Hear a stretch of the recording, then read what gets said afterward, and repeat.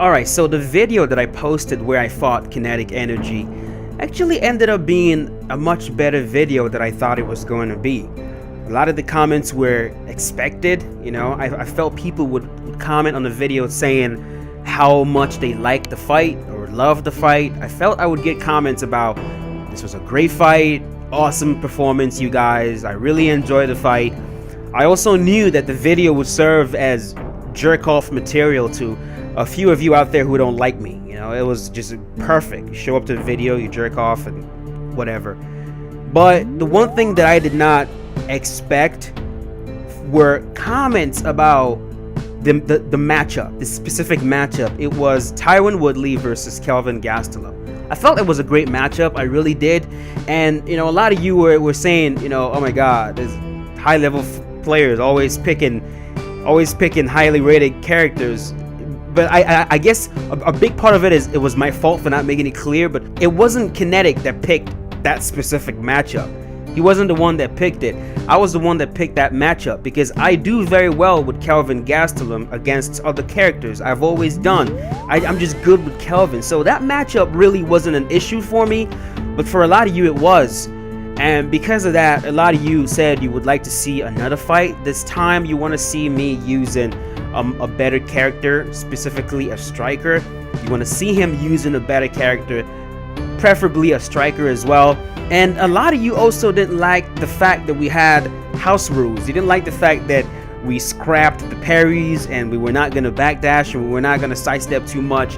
You didn't like that, which I found to be very, very shocking as well, that there are people who didn't like that. So you wanted to see another fight where I moved, I used my body kicks, I focused on my movement, and he can parry, he can do his thing, he can throw his combos, and you want to see a fight like that. So we did another fight. This time I was Anthony Pettis, he was Nate Diaz. I'm going to show you guys the fight in a moment.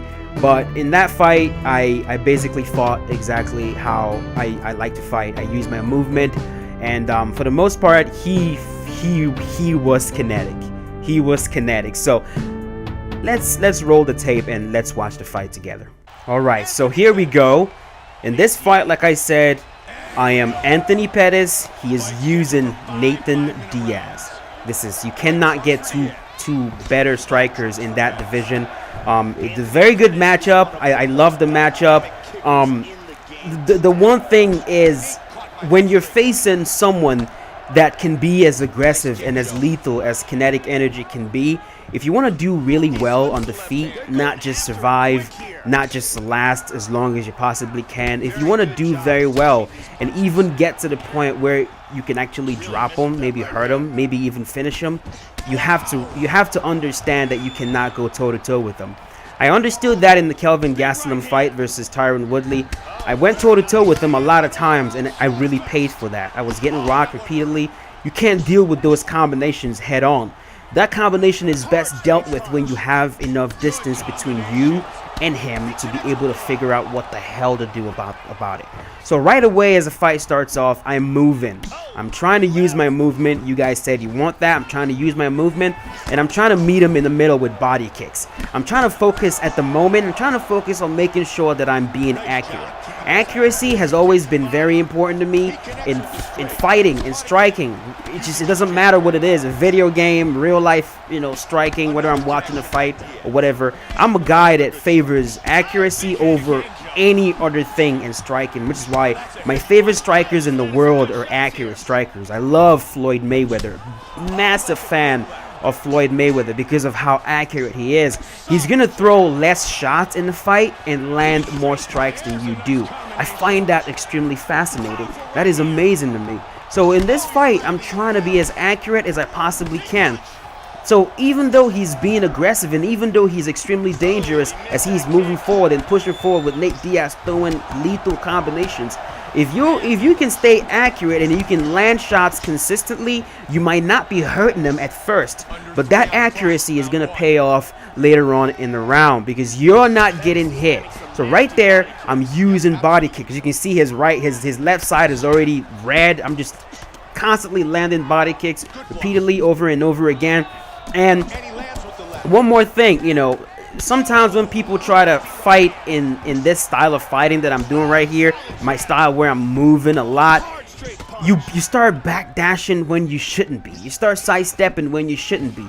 This stuff is something that you do sparingly. It's something you do when you absolutely have to, when you feel yourself in danger right there. I think he actually rocked me in this round, which, man, this guy is able to hit me with shots, like I say all the time. He's able to hit me with shots that I don't get hit with, especially when I'm playing like this. When I'm playing like this, I am really difficult to hit, if I can say so myself. But he's still able to hit me and land shots that no one else lands on me, and he's doing that at the moment without parrying a single strike. He's finding those clean openings. He's able to land these shots, and it mesmerizes me, which is why I give him the credit that I give him when I fight him.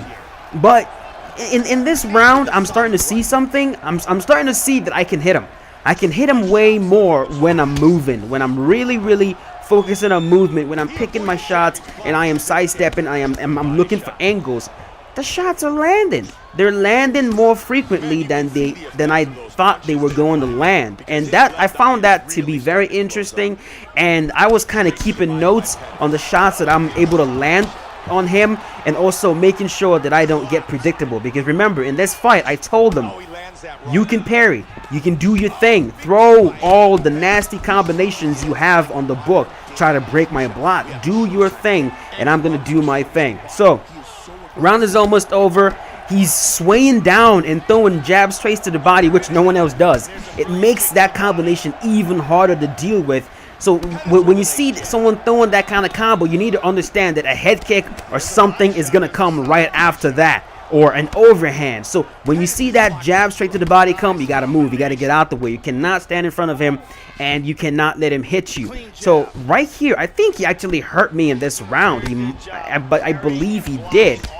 I'm still hitting them, landing body kicks repeatedly over and over again. I think he hit me with a jab overhand in this round. It's either this round or the second round, but it was such a sneaky combination because of the way he set it up. Most people, when they go for a jab, they usually double it up. At most, they'll double it up. They'll throw a jab, and then come over the top with something. But the way it wasn't this round. I believe it was the second round that he did it.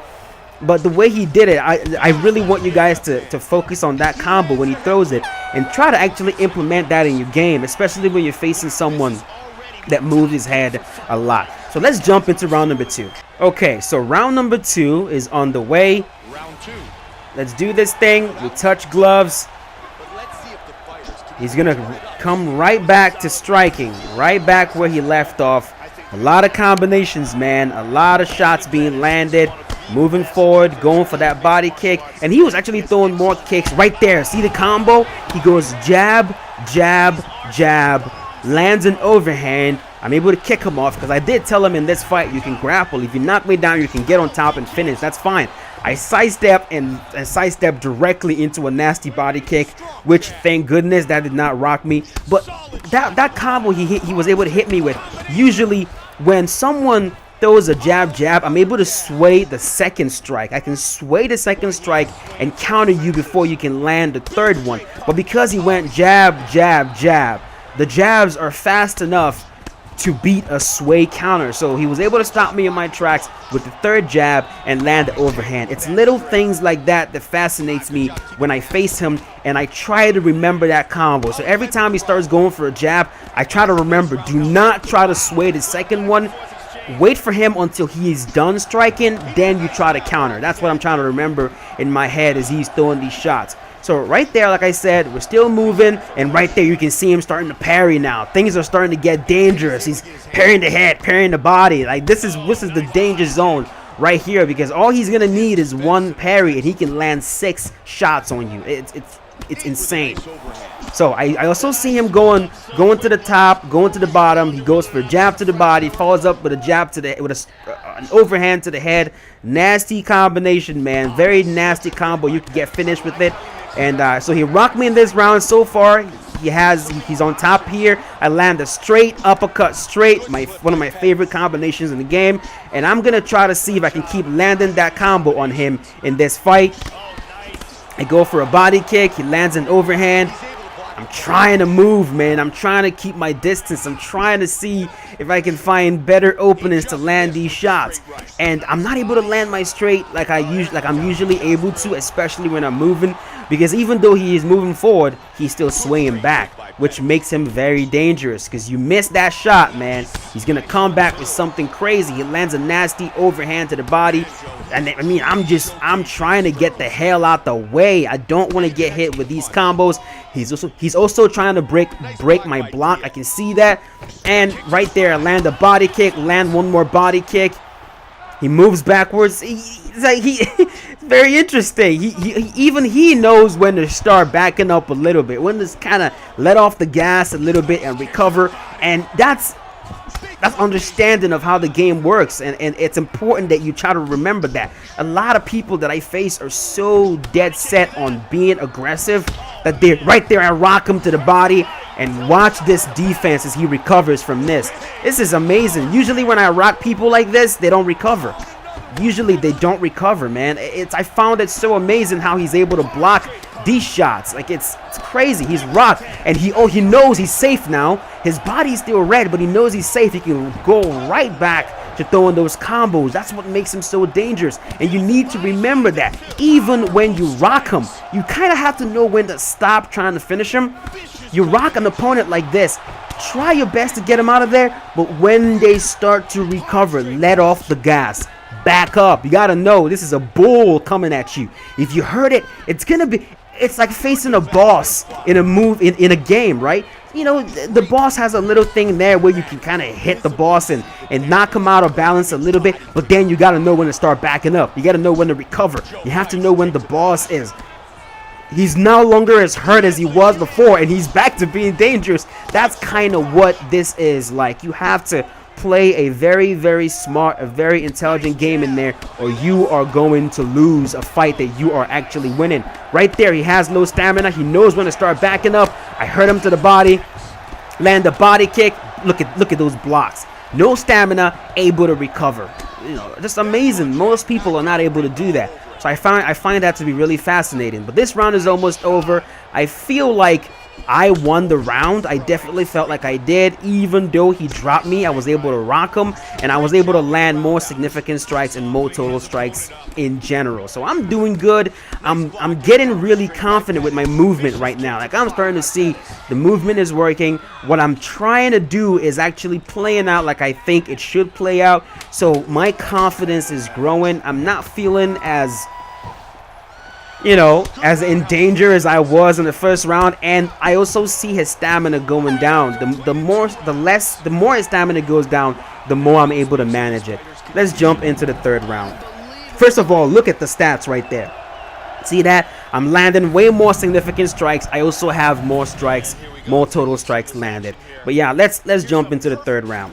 Alrighty, here we go. Round number 3. We touch gloves. We are back where we left off. Our stamina is kind of the same, around the same, but that's just due to Nate Diaz's freaking, you know, Nate is just, he's crazy in this game, and he's got that fluidity, man. He can flow into shots. He can just keep flowing as he's flowing into these combinations. He's not losing as much stamina as you would expect, but he's a Diaz. That's exactly what it should feel like.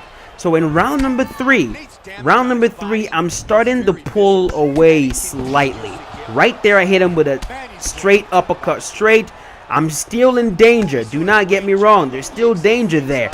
But my timing is getting better. I'm starting to kind of see things coming a little bit clearer than I was in the first 2 rounds.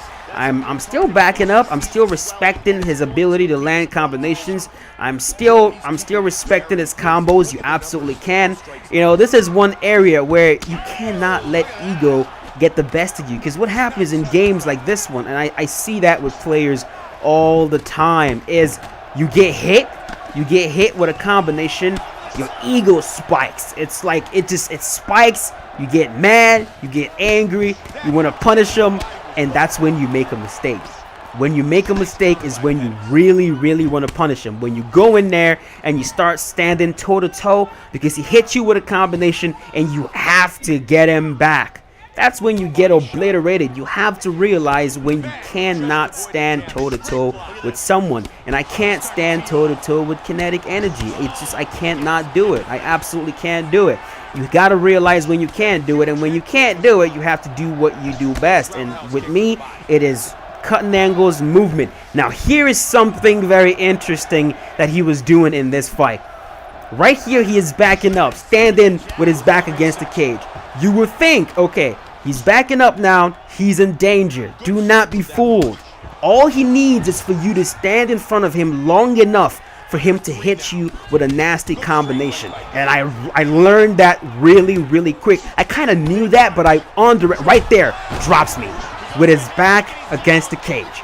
Why was he able to do that? Because I stood in front of him longer than I was supposed to. It is a very, it's insane how he's able to do that. He stands with his back against the cage, draws you in, but while drawing you in, he's tricking you. He's tricking your mind. In your head, you're thinking, okay, he has no space behind him.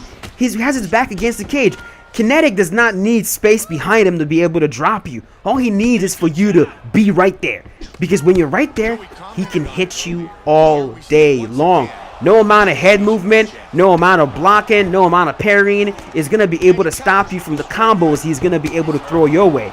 And right there, I'm realizing that. So even though I'm maintaining forward pressure, I'm taking the center of the cage, I'm letting him, stand with his back against the cage, I am still not standing there for too long. And right there, I'm able to rock him. I'm backing up, swaying backwards, swaying back, and I'm able to return that rock. You got to learn from your mistake as soon as it happens, and it just do not make that mistake. He did this a few times in this fight, which just shows you, the amount of intelligence that goes on in these fights. He realized that pushing forward was not working as much, so he hangs back. That's the one thing a pressure fighter can really, really do. They can either move forward on you so that they can stay in tight, or they can give up that forward pressure, force you to come in. Either way, you're in tight. Either way, you are at a range where they can hit you with the combinations they want to hit you. And you have to be very, very, very careful with that, because that is how you get your ass obliterated. So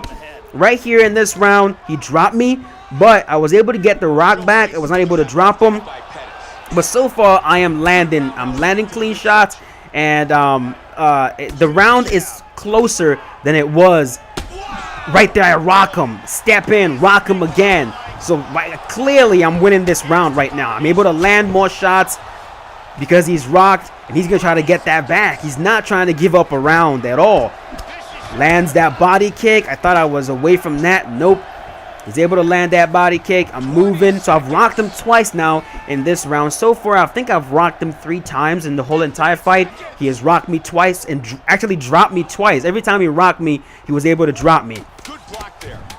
Goes for that head kick. I was able to defend against that. He goes for another head kick. This round is going to be over right here. All right. We're going to jump right into round number 4. Round number 4, here we go. I thought he was going to stand with his back against the cage for a little bit there, but he didn't. I think he actually did that again in this round. He's moving forward right now, trying to block his body. I see him going head body. Also, it looks like he's starting to parry a little bit. He goes for that head kick, able to land it. Dude, you do not want to have your back against the cage like that, eating these shots. You don't want to do that. You have to try to remember the combinations you've been hit with, and you got to be careful with being predictable. That is the worst thing that you can do, and that's one thing I'm able to not do. It's be predictable. So, I can hit you with body kicks all night long, and then you think you've got the body kicks down. You think you can start parrying the body kicks. Then I switch it up, and I start going high, and I start boxing. It's the beauty of it. And when I'm moving, when I'm really, really moving, and I'm cutting angles, I can kind of do that. I can kind of switch up my timing and not be too predictable. So right there, I hit him with a nasty head kick. He returns fire by parrying a shot. Goes for a head kick. I'm going to hit him with a head kick of my own. I can feel his left arm getting obliterated a little bit, but I can't push it. I still can't push it. You have to understand that even when he is in danger, he is still dangerous. You can't get too overconfident because you see his arm getting red or because you see his head getting red. Dude, I watch fights where people face him and I see them do that all the time. You rock him and you get overconfident and you start pushing forward. You can't do it. You cannot do that. You cannot do that. Even when you rock him, right there I drop him. Drop him with a head kick, and if you notice, I'm not jumping into his guard to try to finish. You don't want to do that. You don't want to jump in Kenetic's guard because he can submit you. It's kind of like when Conor McGregor was dropping Nate Diaz a few times in the second fight. He would drop Nate and kind of wave him on. That's not Conor going, I am such a better striker than you. I can have you get up and drop you again. No, that's respect. That's respect for Nate's ground game. That's why Conor was not going on top every time he dropped Nate. He would drop him, have him get back up to his feet, because he doesn't want to do anything stupid like jumping into the guard and get submitted after you've done such a good job the whole fight long. So right there, I am literally I'm starting to hit this dude. Like, I'm blasting him with shots. I can clearly see the combinations flowing. I land a straight uppercut straight. I believe I rock him again right here. I think I rock him with a straight again somewhere. Let's see if it's this round. I believe I rock him again. I go for a head kick. He's able to sway against that one. I'm landing that straight repeatedly over and over again. I can see the clean right there. I rock him again with the head kick, body kick, straight again. Rock him with another straight. Bam! Land a straight shot to the head. He's getting just hit left and right. I hit him with a head kick again, body kick. I'm just hitting him, but then I relax. You gotta realize, yes, you've done your job. You've done your job. Relax now. Do not get overconfident. See what I mean? This is a guy I just hurt. Just literally hurt him. And look at my left arm right now. It's already hurt. All he needed was just a few combinations. You gotta be careful, man. Head kick. Gotta be careful. Know when you are in danger. Head kick again. At least that head kick should have rocked him. Go for a body kick. I believe I rocked him again somewhere. Maybe I rocked him one more time in this round. I'm not sure. I think I did. Go for a body kick. I'm trying to see if I can rock him coming in with that body kick. But he was blowing up my left arm, dude. I see my left arm getting blown up. You gotta keep that in mind. Do not let your left arm get blown. I actually start parrying. A little bit because I'm like, dude, he's gonna blow through my block. And look at that. He lands a head kick. I just rocked him. Just rocked him like 3 times in this round. And I'm the one in danger now. You got to keep that in mind. Goes for a head kick. He's doing well so far. This round is almost over. No stamina. I land a head kick. I land a leg kick. Body kick. I'm trying to parry that shot. I don't want him blowing up my block at all. Goes for a body kick. Overhand. He's still pushing forward, man. Even with no stamina, still pushing forward. It's scary.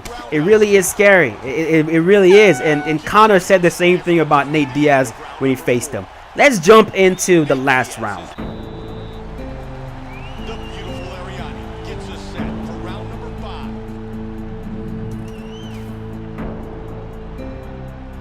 Alrighty. 5th and final round.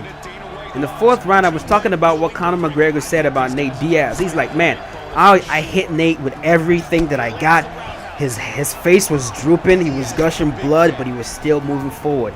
It is a scary thing. It's very scary when you're facing Kenetic and he's able to do that. You know, a lot of people, when you hit him and you rock him and you drop him so much, they stop. They really, really stop. But he stays in your face. He's taking crazy risks in there. But it's high risk, it's high reward. Any one of those shots he was throwing while taking that risk could have hurt me really bad, dropped me. He gets on top, this fight's over. You know, I won't be able to grapple with him at all. Right there, I'm going to rock him, I believe, with a step-in straight. No, I drop him with a straight uppercut straight. I'm not going to get on top. I'm not going to get on top. I want him to stand back up right there. I don't want to get in his guard. I know he was waiting for me to get in his guard so he can submit me. I ain't doing that. I think I rock, and right there he goes back to the cage again. You're in danger. Don't think you're not in danger just because his back is against the cage. You are still in danger. He can still rock you because all he needs is for you to stand in front of him long enough for him to do damage. But I'm not going to do that. I'm not going to stand in front of him long enough for him to land anything significant. He might land a few things, but nothing significant to where, it's going to do any sort of damage. So I land a leg kick right there. I'm trying to see if I can sway a head kick from him and maybe land my own head kick and drop him. I mean, look at that. I'm maintaining forward pressure, but I'm not making the mistake of overextending. I can't do that. You cannot do that. He's tired of standing, beat his back against the cage. He's moving forward again, lands a nasty head kick. I believe somewhere around here I rock him with a step-in straight, a nasty step-in straight that really did some major damage. Bam, head kick. The straights are starting to flow in now. Right there, straight, drop him to the floor. And I actually jump in his guard right there, and look, he pulls me down. I'm trying to get up. I'm trying to get back to my feet. He's like, nope, you're not getting back up to your feet. I'm like, oh no, hell no. So I hit him in the body and escape. Hit him in the body and run away, bro. I am not gonna be in your guard. I'm not doing it. So I'm kind of just moving backwards and hitting him with straights, trying to see if I can maybe finish him or knock him out cold with a straight somewhere. Sidestepping, landing straights. His head is getting blown up, but he's still coming forward. I mean, it's crazy. Look at his block is getting completely obliterated, but he's still coming forward. Still coming forward. That's how nasty he is. But now I'm moving backwards because I do see that my own block is getting blown up, and I don't want to make a mistake. I don't want him to destroy my block before I can get him out of there. So I'm moving backwards. I understand that I'm still in danger. We're going to use movement. We're going to keep using movement the whole entire time. Mind you, this is real 25 minutes. The clock is not accelerated. So the whole entire time I've been focusing on using my movement to try to counter this crazy, insane amount of aggression. So right now he's able to parry low strikes. I'm trying to throw some strikes to the body, some strikes to the leg. He's able to parry a few of them. I need to stop. I need to stop going low. I need to try to fake things out. And I believe I actually land the head kick somewhere that hurt him again. He's hurt. Nasty. Hurt again. Head kick. I think I hurt him again somewhere. Drop him with the body kick. He gets right back up to his feet. I hurt him again with the straight to the head. Moving forward. Go for a body kick. Missed that one. Still dangerous. He parries a shot. Goes for a head kick. He misses that head kick. I land my own body kick. Rock him again. Just rocking him left and right in this round. He's trying to recover his body. I still know he's dangerous. The fight is almost over. I don't want to make him any mistake. I can't afford any mistakes. I can't have anything parried and get blown up. Trying to parry the body, going for overhands, and I'm moving. Back to my movement. I parry a shot, land a head kick, land a body kick. He goes for that nasty shot. I go for a head kick, miss. Round is almost over.